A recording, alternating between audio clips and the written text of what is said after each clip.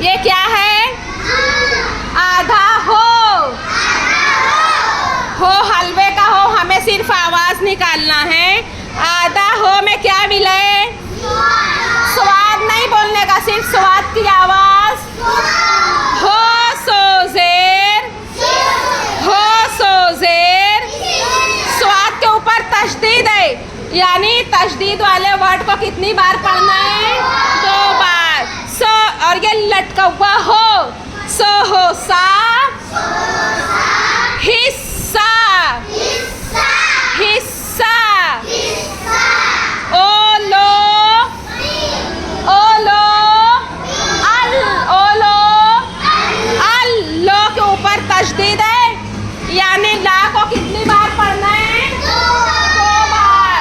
ओ लो, अल्लो हो ला,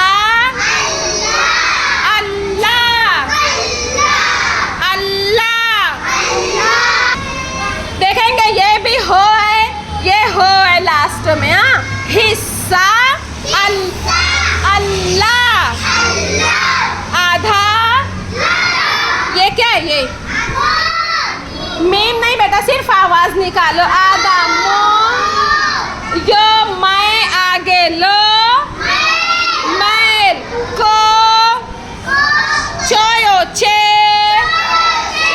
लो, कुचैल, मैल, कुचैल।